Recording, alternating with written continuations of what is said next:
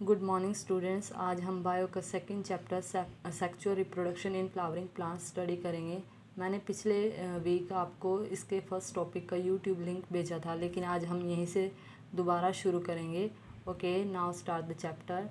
हमारा फर्स्ट जो टॉपिक है इसमें है स्ट्रक्चर ऑफ फ्लावर। तो फ्लावर बेसिकली होता क्या है, ये क्या है, रिप्रोडक्टिव पार्ट है प्लांट का। ये प्लांट की रिप्रोडक्शन में हेल्प करेगा। तो ये बेसिकली 4 पार्ट से मिलके बना होता है, मतलब इसमें जो 4 मेन पार्ट्स होते हैं। नंबर 1 गाइनोशियम,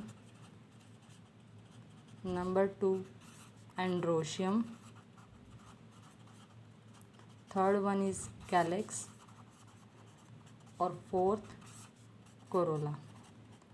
अगर इसे हम ड्रॉ करें तो ये आपका स्ट्रक्चर कुछ ऐसे होगा।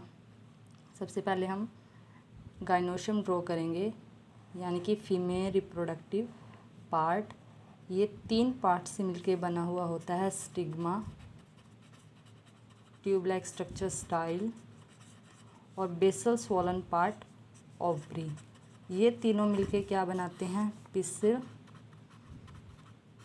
और गाइनोशियम। उसके बाद हम एंड्रोशियम को ड्रॉ करेंगे। ये 2 पार्ट से मिलके बना हुआ होता है, लोब्ड स्ट्रक्चर एंथर और स्टॉक लाइक स्ट्रक्चर फिलामेंट।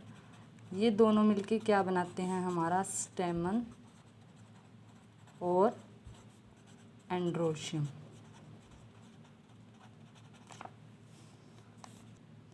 इसके बाद फ्लावर के बेस में एक लीफ लाइक स्ट्रक्चर प्रेजेंट होता है।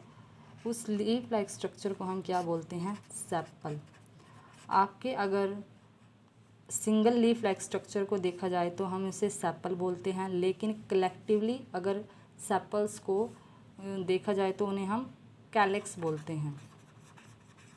सेपल और कैलिक्स का काम क्या होता है कि जब भी हमारा फ्लावर बर्ड फॉर्म में होता है, तो ये क्या करता है, उसको फ्लावर को यानी कि प्रोटेक्ट करता है। उसके बाद आता है हमारा कोरोला। कोरोला क्या होगा, जो प्लांट की पेटल्स होती हैं, पंखुड़ियाँ, उन पेटल को सिंगल अगर देखें तो उन्हें हम पेटल बोलते हैं, लेकिन कलेक्टिवली हम उन्हें क्या बोलते हैं, कोरोला। तो ये हमारा फ्लावर का स्ट्रक्चर है। अब ये पूरा का पूरा फ्लावर का स्ट्रक्चर बेस में एक स्ट्रक्चर से अटैच होता है, जिसे हम थैलेमस बोलते हैं। तो दोबारा रिवाइज कर लेते हैं इसे।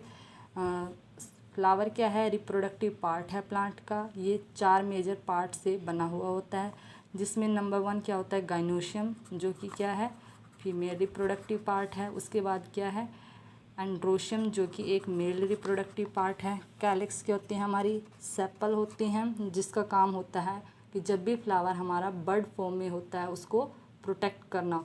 उसके बाद जो कोरोला होते हैं वो पेटल्स होती हैं, और इनका काम होता है पोलिनेशन के लिए अलग अलग एनिमल्स और बर्ड्स को अपनी तरफ अट्रैक्ट करना। तो ये हमारा स्ट्रक्चर हो गया फ्लावर का। हमारा नेक्स्ट टॉपिक है pre fertilization structure and events, जिसमें हम सबसे पहले स्टेमन का स्ट्रक्चर पढ़ेंगे। तो स्टेमन हमने क्या बताया था, क्या होता है, मेल रिप्रोडक्टिव पार्ट होता है प्लांट का। उसके बाद एंथर 2 पार्ट से मिलके बना हुआ होता है, स्टेमन 2 पार्ट से मिलके बना हुआ होता है, एंथर एंड फिलामेंट। अगर इसको ड्रॉ करें तो ये स्ट्रक्चर हमारा ऐसे होगा, बाइलोब स्ट्रक्चर एंथर और स्टॉक लाइक स्ट्रक्चर फिलामेंट। अगर इस एंथर को हम कट करके देखें, इसका ट्रांसवर्स सेक्शन टीएस देखें, तो हमें एक 4 साइडेड स्ट्रक्चर दिखता है, जिसमें 4 माइक्रोस्पोरेंजिया हमें दिखाई देते हैं। अगर हम इसका टीएस देखें तो हमें कुछ इस तरीके से डायग्राम दिखेगा। इसमें 2 लोब्स बनी हुई होंगी, कि हमने कहा कि ये क्या है, बाइलोब्ड स्ट्रक्चर है। एंथर एक बाइलोब्ड स्ट्रक्चर होता है और इसमें क्या होंगी 4 माइक्रोस्पोरेंजिया प्रेजेंट होंगे।